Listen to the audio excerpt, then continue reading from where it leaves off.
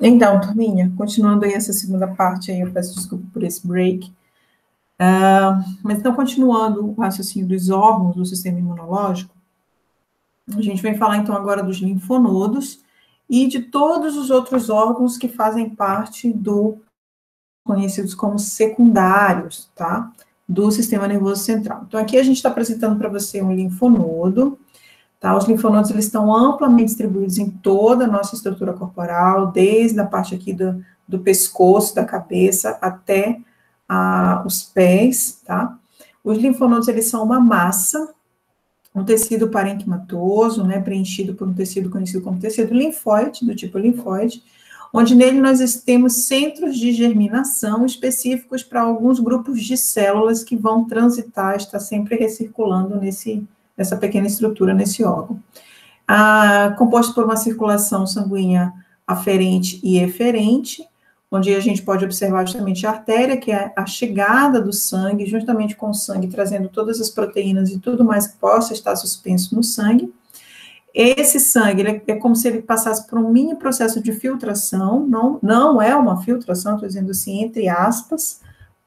Por quê? Porque caso existam antígenos suspensos, proteínas, que precisem ter uma resposta imunológica, é aqui neste local que vai acontecer esse encontro dessa proteína de característica antigênica, pode ser própria ou não própria, e ela vai interagir com outras células aqui presentes também nessa estrutura. Então, por exemplo, esse lugar aqui é onde ocorre o que nós chamamos de apresentação de antígeno. Então, se perguntarem para vocês, o entendimento. Então, um dos pontos principais onde ocorre a apresentação de antígenos são nos órgãos linfóides secundários.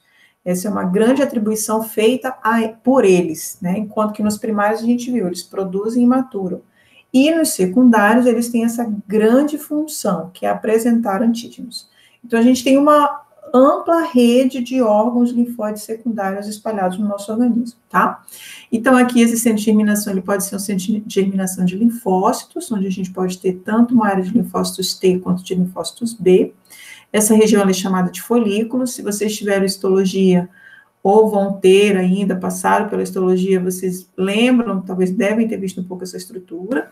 Então, a artéria por onde justamente chega, né, vamos dizer assim, o fluxo sanguíneo, a maior parte, a porção de vaso eferente, no caso, é por onde sai a linfa, então é interessante porque o sangue, ele chega, ele traz essa porção antigênica, caso encontre o que tem que encontrar, ocorre a apresentação e a multiplicação de células nesses folículos, e por sua vez também parte desse líquido que é drenado, ele é drenado pelos vasos linfáticos eferentes.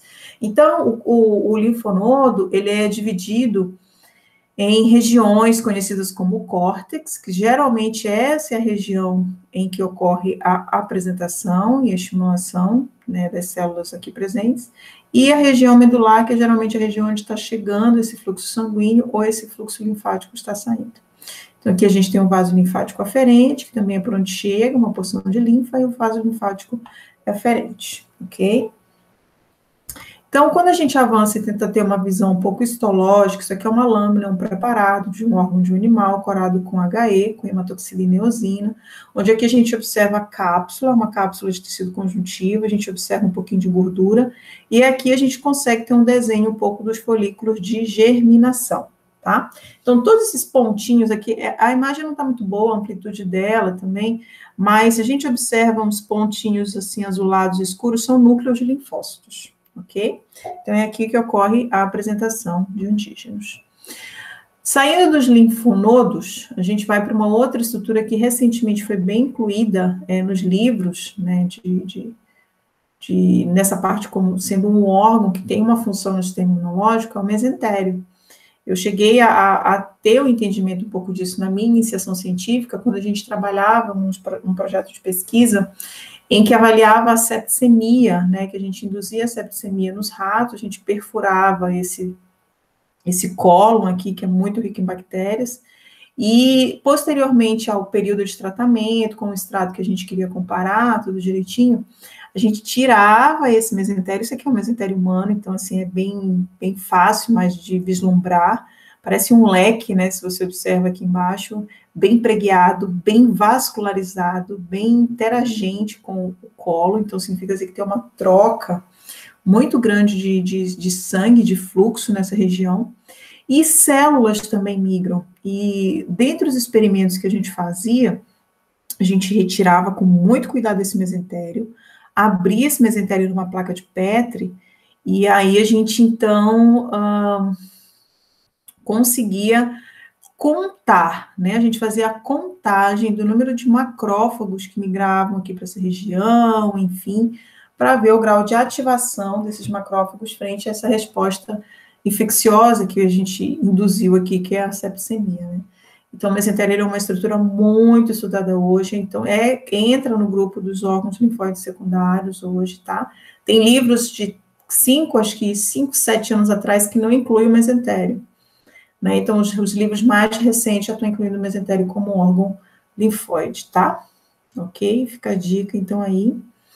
Um outro órgão linfóide secundário é o baço. O baço, a gente falou do linfonodo agora há pouco, não foi? O linfonodo, ele é aquele que drena os antígenos que estão suspensos na linfa, ok? Ele tem uma circulação sanguínea, que nós vimos ali também um pequeno fluxo sanguíneo, mas a maior função dele é drenar antígenos da linfa, ok? Os linfonodos. Não é à toa que quando você faz uma drenagem linfática, a pessoa que está fazendo essa drenagem em você, ela tem que bombear os linfonodos, ou seja, ela tem que abrir caminho, porque se ela vai drenando a sua pele suavemente para que a linfa, que está ali em êxtase nos vasos linfáticos, ela recircule, quem gera essa pressão de recirculação é o linfonodo. Então, por isso que a pessoa ela tem que bombear os linfonodos, abrir o caminho para que essa linfa ela possa seguir o caminho certo, e costumeiramente no processo de uma drenagem linfática ativa muito o sistema circulatório, que por sua vez ativa também o sistema renal. E aí não é à toa que você urina bastante depois de uma drenagem linfática e você sente sede, né? Ou seja, você perdeu líquido, tem que repor líquido, tem que limpar a casa, né? A casa tá suja, porque mandou embora as toxinas através da drenagem linfática. Então, o baço, ele está localizado aqui do nosso lado esquerdo, né? Essa região aqui, um pouco abaixo da estrutura torácica, da última vértebra. O baço, ele é conhecido como órgão esplênico, que é um órgão que se expande. Ele é envolto por uma cápsula muito suave, muito sutil. A gente já disse que ele é uma parte do sistema imunológico que drena antígenos do sangue. E ele é dicotômico, né? Ele faz tanto parte do sistema imunológico quanto do sistema hematológico, tá? Então, da mesma maneira que o linfonodo, o baço também ele é dividido em uma região cortical, córtex, e uma região medular. E nele também nós temos centros de germinação de linfócitos. Só que o que é interessante aqui, que nós temos uma área de germinação que é conhecida como a polpa branca, certo? E posteriormente a gente tem uma área de germinação conhecida como a polpa vermelha. A polpa branca seria a região justamente onde estão ali os leucócitos, tá? Então, no caso, seriam mais precisamente os linfócitos, mais precisamente. E a região vermelha seria a parte propriamente dita do baço, o parênquima do baço, tá bom? Então, aqui a polpa branca, tá? A polpa vermelha, ela é envolta por uma cápsula de tecido conjuntivo, né? Tem muita vascularização. E em experimentos, a gente faz a contagem das células do baço para justamente avaliar se teve uma mitose celular em resposta ao modelo experimental que a gente inoculou no animal. Geralmente, a gente vê um baço muito aumentado quando a gente faz um modelo de experimentação animal de peritonite, que é quando a cavidade peritoneal, ela se localiza bem aqui, ó, gente. Ela é a mesma anatomia semelhante dos murinos, que são os ratos, quando a gente trabalha em laboratório. Então, a gente tem o diafragma, que separa o tórax da região peritoneal. A região peritoneal é uma região estéril, ela não tem contaminação nenhuma, né, fora o que contém dentro das vísceras. Por isso que quando uma pessoa tem um apendicite, que o apêndice rompe, porque o apêndice é esse fundo cego, né, vamos dizer assim, cheio de toxinas e tudo, dá um grau de inflamação muito rápido e a pessoa pode ter uma sepse. Por isso, quando a pessoa supura, né, rompe o apêndice, a gente diz que tem que logo fazer uma lavagem, né, e entrar logo com uma antibiótico terapia imediata, porque senão a pessoa pode vir a óbito em 72 horas, tá? E aí, galerinha, então, eu me lembro dos meus experimentos quando eu fazia com camundongos, Eu trabalhava com um modelo de um tumor chamado tumor de Ehrlich, que a gente inoculava ele nessa região peritoneal dos camundongos, e a célula se multiplicava, né, o tumor. E ele é um tumor ascítico, que é isso, um tumor líquido. Então, ele gerava um grau de inflamação muito alta nessa região, né? Então, ativava a mesentéria. E o baço, ele captava fragmentos dessas células tumorais, promovia essa expansão aqui dos linfócitos, dos leucócitos, e o baço ficava enorme, né? Então, a gente chama disso de esplenomegalia, né? É sinal que teve ativação do sistema imunológico, né? Mas também pode levar à falência do órgão. Aqui a gente tem um corte histológico dele, então a polpa branca, né? White pulp e red pulp, né? Então, a polpa vermelha, uma cápsula de tecido conjuntivo, tudo direitinho. Bem legal trabalhar com isso. Pena que a gente não vai conseguir fazer nossas práticas, né? Para mostrar para vocês. Aqui a gente tem um desenho esquemático, né? Então, da artéria esplênica, trazendo sangue, né? O sangue oxigenado. Aí, justamente a área de difusão aqui, onde aqui é o centro de germinação de células T. Né? Então, aqui é uma região do folículo, uma parte secundária, e aqui é a região de proliferação de células B. Então, é aqui que a apresentação acontece, o encontro acontece, tá? E aquilo que recircula, né, que não transita nessa região de ativação, volta para a circulação sanguínea através da veia esplênica, aqui que a gente chama de sistema porta-hepático, né, porque ele tem uma artéria e uma veia muito específica, né? Então, isso participa muito do sistema imunológico. Uma outra região que é fantástica, que eu gosto muito, é quando a gente fala dos tecidos linfocitários associados. Quem são eles, turminha? Esse aqui é o primeiro, é a GALT. É tecido linfocitário associado ao intestino, de gut, que vem do inglês, né? Então, é muito bacana. Eu lembro que quando eu tive uma aula no mestrado, o professor Nelson Weiss, que é um dos pais da imunologia brasileira, que o homem ele chegou no nível assim, de imunologia, a galera que ele filosofa, sabe, assim, ele viaja. E aí eu lembro que eu fui perguntar, pedir ajuda sobre uma questão da minha mãe, né? A gente sempre tem problema na família e sempre vai pedir ajuda para o professor, né? E ele me fez a seguinte pergunta: Mayara, aonde no nosso organismo, em termos de sistema imunológico, tem a maior concentração de linfócitos? Nossa, aí eu fiquei batendo cabeça, eu disse, meu Deus do céu, o time, lá no time, não sei o que, falando ele, não. Então, acho que vocês já devem estar conseguindo responder. Onde é que a gente tem a maior concentração de linfócitos, galera? É no intestino. E assim, parem e pensem. Tem uma analogia que, se eu distendo as microvilosidades intestinais todas, né, eu consigo gerar uma área de abrangência do intestino em torno de 400 metros quadrados. Então, você vê que é uma área de muita interação, de muita absorção, turma. Então, pensa comigo, vai, fecha os olhos e viaja comigo, mesmo que tu não esteja me vendo. Mas, assim, pensa comigo, quanto maior a superfície de contato, lembra da física, lembra do Enem, lembra do vestibular, que a cabecinha de vocês está bem fresca, maior superfície de contato, maior o quê? Interação, maior aderência, o mesmo raciocínio. Então, o nosso intestino, ele precisa dessa maior superfície de contato. É o intestino que liga a gente a esse universo, a esse planeta, uma troca de energia, uma troca de nutrientes, uma troca de toxinas, também muito ampla. Logo, ele é a região em que eu tenho a maior população de linfócitos. Ele é a região que me gera maior grau de tolerância imunológica depois do timo. Professor, o que é tolerância? Ela está falando, eu não estou entendendo. Calma, que a gente vai ter aula para falar melhor sobre isso. Eu estou te apresentando os pontos, os mecanismos do sistema imune. Então, é o que a gente chama, o que acontece aqui no intestino é o que a gente chama de tolerância periférica, tá? E aí, essa tolerância periférica ocorre como? Então, tá aqui o lúmen, ó, a luz intestinal. A gente tem um grupo de células, como se fosse esse centro germinativo da Gauss, que é chamado de células M. Né? Essas células M, elas têm qual anatomia? Né? Uma célula diferenciada, mas é como se fosse um pequeno órgãozinho, né? Dentro do aparelho digestivo. Então, a gente tem uma área de germinação de células T, a gente tem um centro germinativo como um todo, a gente tem o topo dela, e a gente tem a região aqui dos folículos, da área de germinação de células B. E aqui seria a parede propriamente dita do intestino, né? Então, isso aqui seria a parte lá da velocidade, ó. Então, tá bem aqui, ó. Olha, todos esses pontinhos, vocês estão olhando histologicamente, isso aqui é uma microscopia eletrônica de transmissão, tá? A varredura é aquela que aparece em 3D. Essa que aparece plana é a de transmissão. Aqui a gente tem o epitélio, ó. Tá vendo o epitélio? Aqui, ó, bem aqui, ó. Que Tipo de epitélio é esse, galerinha? Quem passou lá em histologia? Em histologia cilíndrico, simples, né? Aqui a gente tem algumas células chamadas de células caliciformes, que produzem muco para manter sempre esse lume lubrificado.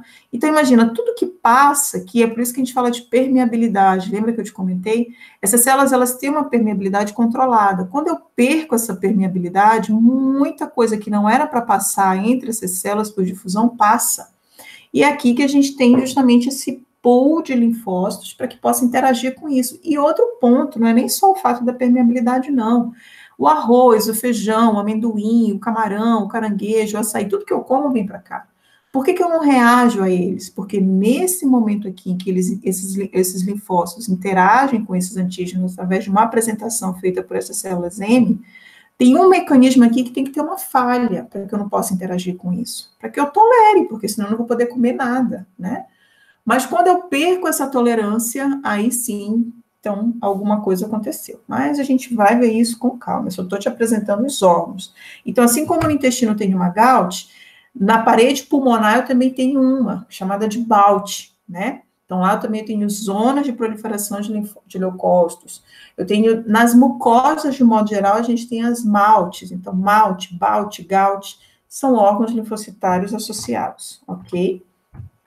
Aí tem um grupo muito legal que se define como conhecido como as placas de Peyer, ou Peyer. Então, aqui a gente tem as vilosidades, a cripta de uma vilosidade, aqui é a base de uma vilosidade, aqui seria a musculatura lisa, aqui seria o tecido conjuntivo propriamente dito, o frouxo. E aqui eu teria as placas de Peyer, que é aquele centro germinativo que a gente olhou agora há pouco, né? Então, eles vê que elas ficam bem embaixo ali das vilosidades, né? Então, o que interage suavemente, beleza, sem problema, gerou tolerância, mas também tem aquilo que vai interagir de uma maneira que estabeleça uma homeostasia. Aqui, imagina que eu tenho um corte transversal, é um tubo, né, o intestino ele é um tubo, eu cortei transversalmente esse tubo, então a gente está olhando aqui toda a estrutura do intestino, musculatura lisa, vilosidades, e aqui a gente tem os centros de germinação, tá? Então, aqui ele num formatinho de desenho, para você olhar. Aqui uma figurinha que só tenta ilustrar um pouquinho mais, então a gente tem vários sanguíneos, centro de germinação, tá? As células M, que são essas células de apresentação, o antígeno está lá no lume, a velocidade, e o folículo. Então, turminha, eu acho que assim, acho que está fluindo bem, espero que vocês estejam gostando. Eu vou dar uma leve introdução um pouco na parte de células do sistema imune, eu vou setoriando essas aulas para que vocês possam ir assistindo com calma, fique gostoso. Tá? Eu acho que essa aqui vai dar em torno de uns 60 minutos, talvez, quase uma hora, somando as duas partes, né? Então, nossa próxima etapa é a gente entrar em células do sistema imune. Então, o que a gente falou para você até agora? Lembra da casa? A casa tem compartimentos. Quais foram os compartimentos que a gente apresentou? Timo, medula óssea. Quem são eles dentro da fisiologia do sistema imune? São os órgãos linfóides o quê? Primários, né? São aqueles centrais, como a gente chama. Qual é a função deles? Responde aí, vai, respondeu, beleza, anota no caderno, marca, vai na internet, enfim. Eu não vou ser a chave do seu conhecimento, mas estou aqui para te ajudar. E aí a gente tem o quê? A função deles é produzir, é a origem de uma célula. Além de produzir, ele tem que dizer o que essa célula tem que ser na vida. Então, ele tem que produzir ou maturar. Tem uns que fazem as duas coisas e tem um que só matura, ok? Quem só matura? Responde aí. Respondeu? Respondeu? Parabéns, é o timo. E quem é que matura e produz? Ou produz e matura? A medula óssea, ok? Então, aqui a gente tem uma visão de uma varredura, corado, nosso, com fluorocromos, né? Então, aqui a gente tem os glóbulos brancos, a gente consegue ver as proteínas na membrana, a gente tem a hemácia, o disco bicôncavo. Isso aqui é uma microscopia eletrônica de varredura mega power, né? Essa aqui também é uma microscopia eletrônica de varredura, e aqui é só um desenhinho para te deixar tonto. Então, vamos lá para as células do sistema imune. A gente não vai entrar em questão aqui para as hemácias e características delas, não. A gente vai trabalhar com os glóbulos ditos como brancos. Quem são essas mocinhas? Aqui eu tenho só um spoiler para te dar, não são todas as que estão aqui, porém a gente fala muito nessas moças que eu vou te apresentar aqui agora um pouco. Aqui a gente tem um rapazinho, que é o linfócito B, ele está segurando aqui uns bonequinhos com chapeuzinho, isso aqui não está de brincadeira, Isso aqui são os anticorpos que marcam essa célula B, além de outros CD ou clusters de aglomeração proteínas que estão presentes nela. Aqui, por enquanto, foi muito tranquila a aula, gente, mas no futuro a gente vai começar a falar muito de proteínas, de marcadores, tá? Eu vou tentando disponibilizar o material para vocês irem acompanhando em outras maneiras, tá bom? Aí a gente tem aqui também a célula T, que você acha o cara, né? Todo alegrão, todo feliz. Dentro desse T a gente tem várias subpopulações de T, com funções muito específicas, né? Dentro desse grupo, dessa célula T, a gente tem uma célula NK, que é a Natural Killer. Essa célula é conhecida como uma matadora natural, uma célula de uma imunidade inata. Então, a célula K é um tipo de célula T. Esse godinho bonitinho aqui é o nosso macrófago. Parece até com a minha co-orientadora, o jeitinho dele, porque ela é louca por macrófago, ela só trabalhava com macrófago no mestrado. E aqui esse é um moço muito importante, essas proteínas têm uma funcionalidade fantástica, são as proteínas do sistema complemento, tá? Então aqui a gente viu algumas células e aqui a gente viu algumas proteínas, complemento e anticorpos. Esse quadro aqui é muito conhecido para vocês, né? Vocês veem isso tanto em hematologia, citologia, né?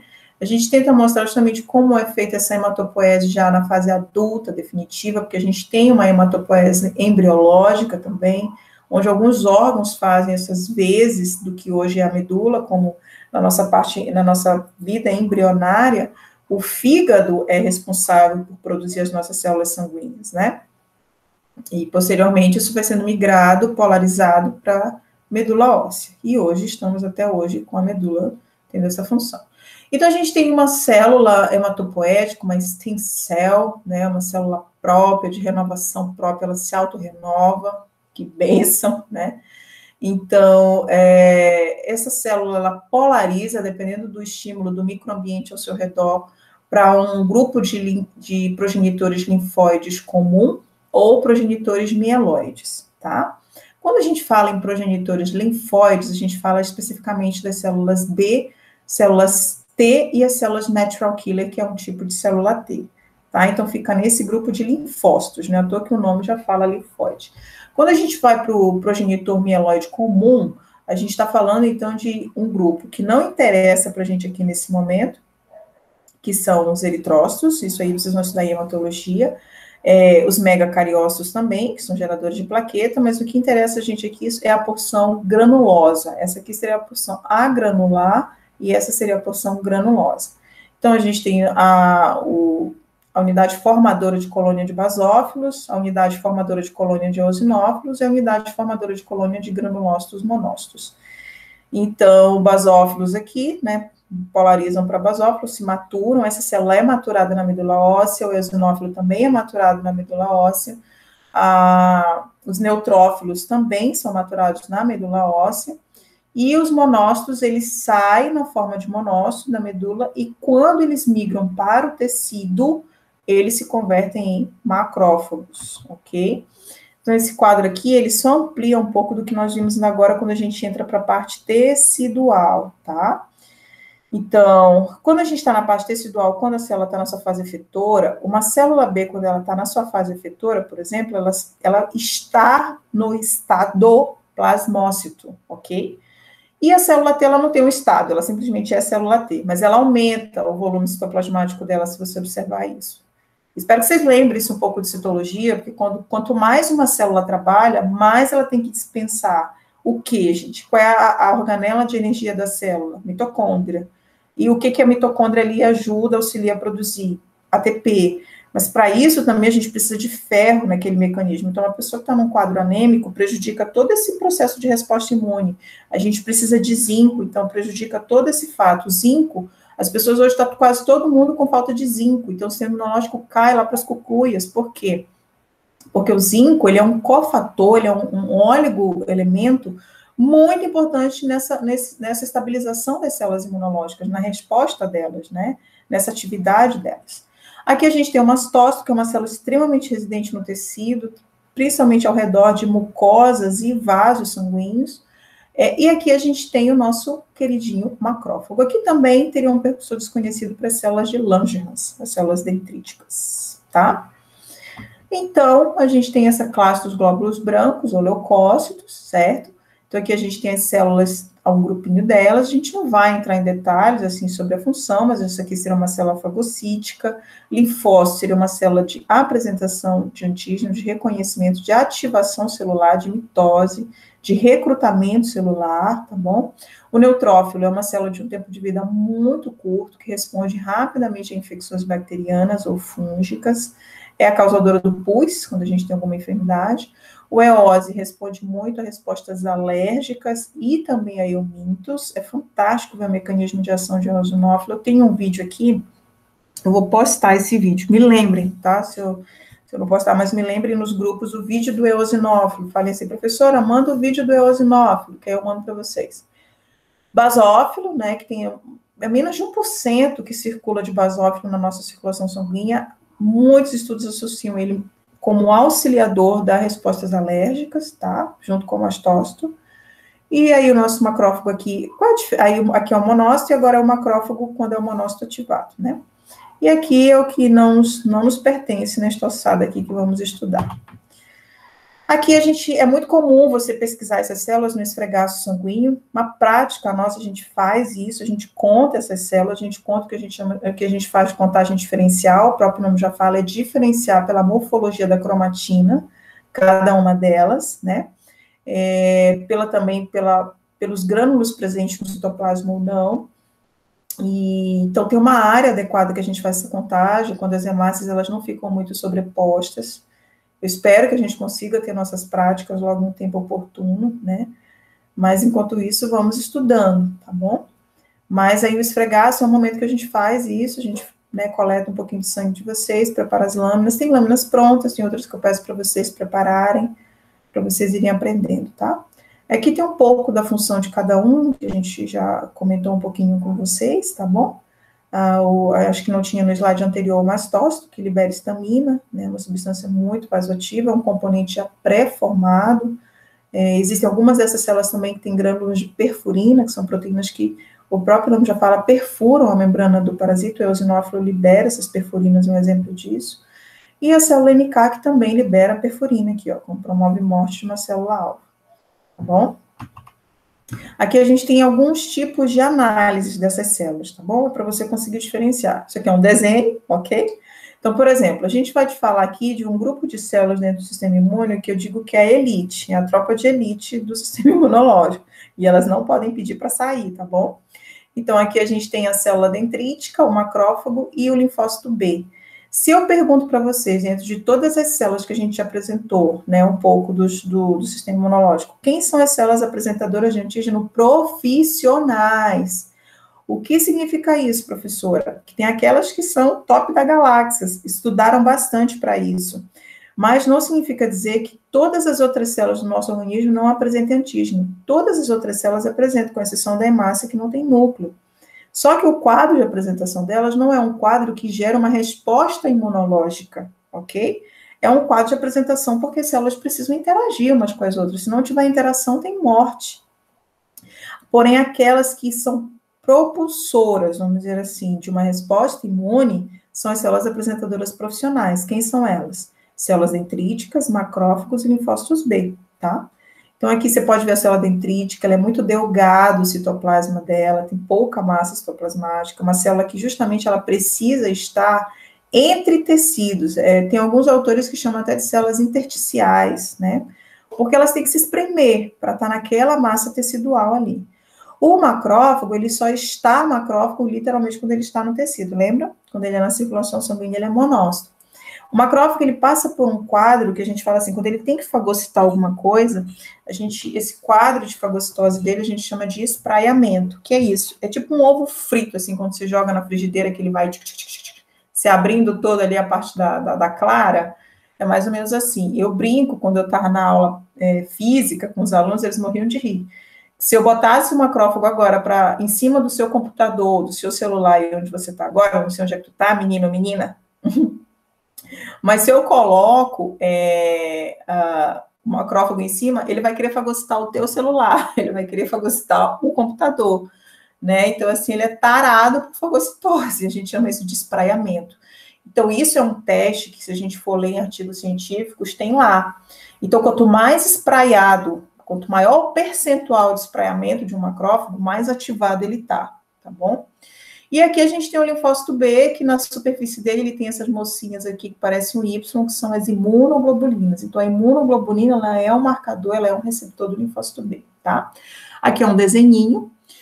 O linfócito B, ele secreta os anticorpos quando ele está no estágio plasmócito. Ele tem muito mais a ver com uma resposta imune mais secundária, mais de memória, tá bom? Então, aqui, a gente tem uma microscopia eletrônica de transmissão, na verdade, aqui bem ao vivo, né? Se fosse um vídeo aqui, a gente estaria vendo ele. Na verdade, é uma filmagem isso aqui, tá? É porque foi feita a foto, aí a gente não tá tendo. Aqui, acho que tá querendo mostrar até a célula dendrítica se movimentando e fagocitando. Aqui a gente tem o mastócito, aqui é um corte histológico mesmo, uma coloração, porque a gente só consegue pegar o mastócito assim, ou, perdão, o macrófago assim. E aqui a gente tem um esfregaço sanguíneo, né? Mostrando que é um linfócito. Sendo que aqui eu não sei dizer se é linfócito B ou T. Só se eu fizer uma citometria de fluxo para saber que... Aí eu vou marcar se ele tem marcadores para célula do tipo T ou do tipo B. Aqui ambos estão em microscopia eletrônica de transmissão, tá? Nossa, gente, é um dia inteiro para fazer uma análise dessa, sabe? É muito legal. No meu pós-doc agora recente, eu estava fazendo essas análises. Né, precisa de um composto químico que é a prata, que é muito tóxico. Então, a gente tem que ter cuidado, é um micronésimo de pedaço de tecido para fazer essa análise, tá? Mas a gente consegue ver bastante coisa. Então, essa aqui é uma microscopia eletrônica de transmissão, tá aqui os dendritos, né, as células dendríticas, tá aqui o núcleo dela muito desengonçado, né, o citoplasma, um macrófagozão aqui, então esse parece um grão de feijão, esse núcleo. E aqui o linfócito, onde o núcleo ocupa praticamente todo o citoplasma. E aqui a famosa microscopia eletrônica de varredura, aquela que mostra em 3 dimensões, ou 4 dimensões, ou 5, 6, 7, enfim, quantas inventarem, conseguirem captar, tá? Então, aqui a gente tem uma célula dendrítica toda curvadona aqui, sabe? Aqui a gente tem o macrófago fazendo o que ele mais gosta de fazer, que é fagocitar hemácia, principalmente no baço, gente, porque o baço, ele é um órgão conhecido como hemocaterético, que é isso, é um cemitério de hemácias, enquanto que os órgãos hematopoéticos são aqueles que produzem hemácia. E aqui a gente tem o linfócito B, né, com suas proteínazinhas também, suas imunoglobulinas na membrana, é fantástico, né? Várias técnicas dessas precisam de muito cuidado para preparar a amostra, tudo direitinho, tá? Então, essas células do sistema imune, as células que são colaboradoras, a gente diz assim que o basófilo é um colaborador, o leucócito polimórfico, que geralmente são os neutrófilos, são colaboradores, os eosinófilos são colaboradores, mas monócitos e linfócitos têm um papel muito importante, tá? Na resposta imune. Aqui é um simples, né? Um quadro esquemático, te dando um breve direcionamento do que é um hemograma, quando se avalia, mas levando principalmente para o lado dos leucócitos, né? Então, aquilo que a gente considera os números aceitáveis, o valor de referência é em torno de 4.000 a 8.000, se eu não me engano, me corrijam aí, mas enfim. Aí, só para a gente mostrar que aqui é o número por milímetros cúbicos, é o número absoluto, né? E a gente teria pode ter o número absoluto de cada um desses dentro desse total. E aqui é o que a gente chama de contagem diferencial, é um percentual no total de 100 células, tá bom? Então, a gente tem a contagem global e a gente tem a contagem percentual dessas células. Bom, aqui esse gráfico, eu adoro esse gráfico, porque aqui a gente começa a falar um pouco de marcadores de membrana sobre essas células, tá? Então, é como se fosse uma pizzazinha e algumas fatias exemplificam bem um pouco dessas células. Então, vamos ver. A célula T, quando ela sai do time entendendo que é uma célula T, obrigatoriamente ela tem que ser marcada com CD3+, tá?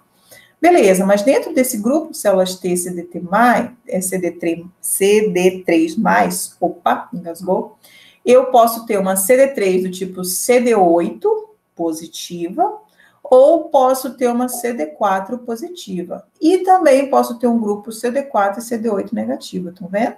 Então, professor, o que é isso que você está me apresentando? Amor, eu estou te falando o seguinte, ó, que dentro das células T existem os linfócitos do tipo TCD4. E dentro da célula T existem os linfócitos do tipo TCD8. Esses aqui são chamados de células T auxiliares, e esses T citotóxicos. E esses aqui são conhecidos como os linfócitos T gama delta, que durante um tempo não se dava nada para eles, mas hoje a gente sabe que tem uma subpopulação muito interessante deles no nosso intestino, e que participam, sim, de respostas ou para desenvolvimento de doenças, que elas precisam ser controladas, ou estão lá, quietinhas, né? Controladas e não fazendo nenhum mal para a gente. A gente tem a célula NK, que ela é um tipo de um CD, de padrão negativo, com um IG, e ela tem um marcador de membrana, um cluster de aglomeração do tipo CD16+. Uma célula B, ela tem que ter uma imunoglobulina marcando obrigatoriamente, e além dela ter uma imunoglobulina aqui, que no caso geralmente é IgD, ela tem os outros grupos de imunoglobulina que vão caracterizar a resposta que ela vai oferecer, se é uma IgM, se é uma IgG, e se for uma IgG de que subclasse, né, gente, que tem diversos tipos de IgG, tá bom? E aí, então, a gente tem também o marcador específico para células B, que é o CD5+. Professor, o que são esses CDs? São cluster de aglomeração. São proteínas, tá? É um receptor de membrana. Lembra quando você estudou citologia? Vamos lá, não se assustem, não entrem em pânico. Lembra da citologia, lembra da membrana celular, tá lembrando? O que tem na membrana celular? Não é proteínas e lipídios? Então, e não tem alguns grupos de carboidratos? Certo. Quando a gente te apresenta isso no sistema imune, é isso que eu estou te apresentando. Aquelas proteínas que estão lá são essas aqui, meu amor. É isso mesmo. Aquela proteína é um CD3, aquela proteína é um CD4, aquela proteína é um CD8. Tem bilhões, milhares de tipos de proteínas se repetindo em determinados grupos de células, ok? Deu para lembrar? Essas células, elas interagem demais entre si. Se você olha aqui, ó, esses receptores, essas proteínas, elas conversam entre elas, tá? Eu não vou entrar em detalhe agora, isso aqui é para outro momento, quando a gente tiver aula só sobre isso. Mas o que é a sigla APC? A gente vai falar muito em siglas. Cell Presentation, ou seja, célula apresentadora de quê? De antígenos, tá? Presentation, ela está apresentando antígenos. Cell T, ou seja, uma célula T, B-cell, T-cell, tá? E aí a gente tem a célula NK também, ok? E aqui, Dangers, uma morte celular. E essa morte está vindo por apoptose. Então, se você olha, uma célula apresentadora conversou com uma célula T, que por sua vez conversa com uma célula B, essa célula B conversa, ativa essas outras aqui com quem ela já conversou, através de citocinas, que também chama uma célula NK para favorecer melhor essa resposta para aquilo que precisa, ok? Então, essas são um grupo de células do sistema imune. E aí, já para a gente finalizando essa parte da aula de hoje, o que é interessante a gente pensar um pouco?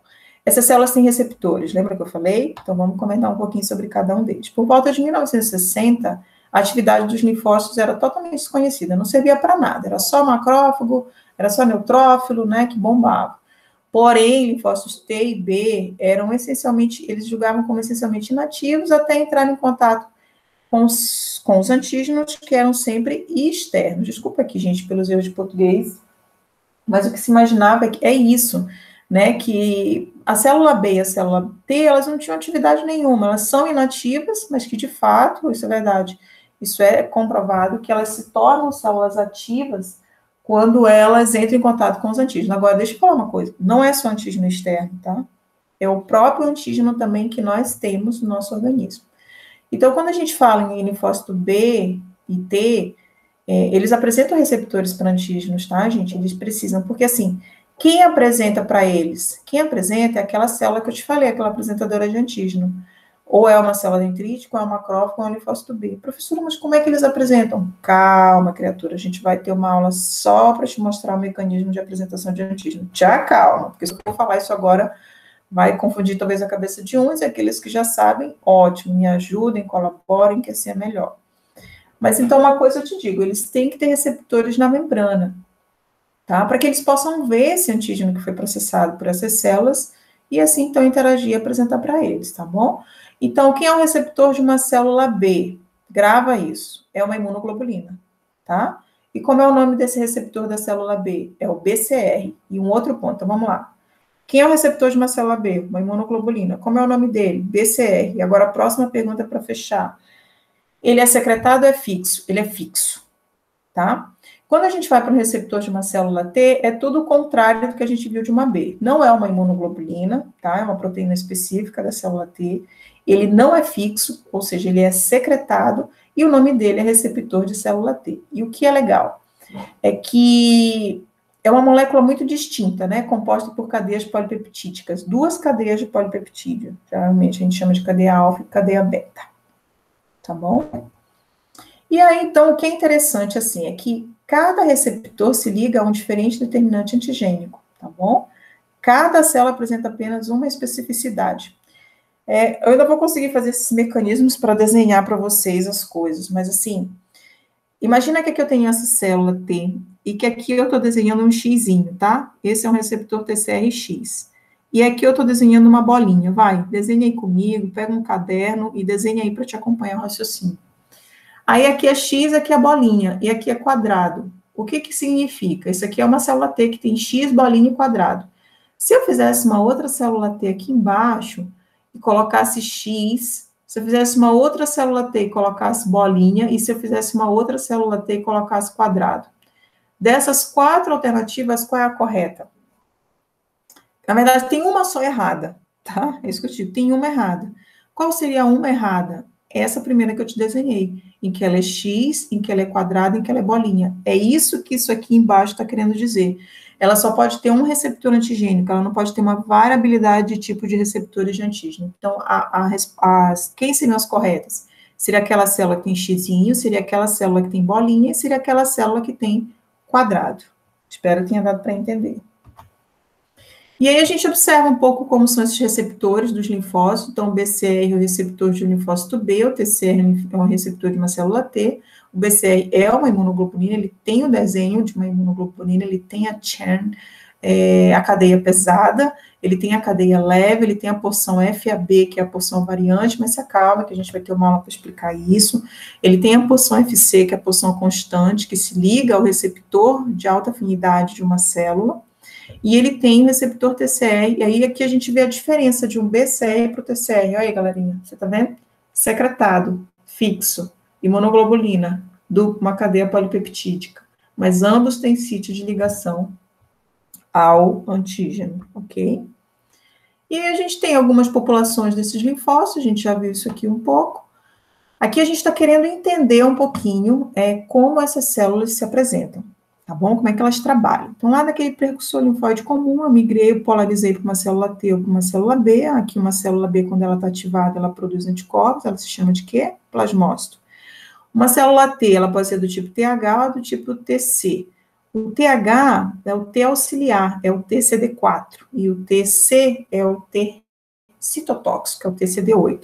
Essa aqui tem uma função muito de ativar linfócitos e macrófagos, é o que a gente chama de auxiliares, e essa aqui de matar células infectadas por vírus ou células cancerígenas, tá? Que é o linfócito T citotóxico.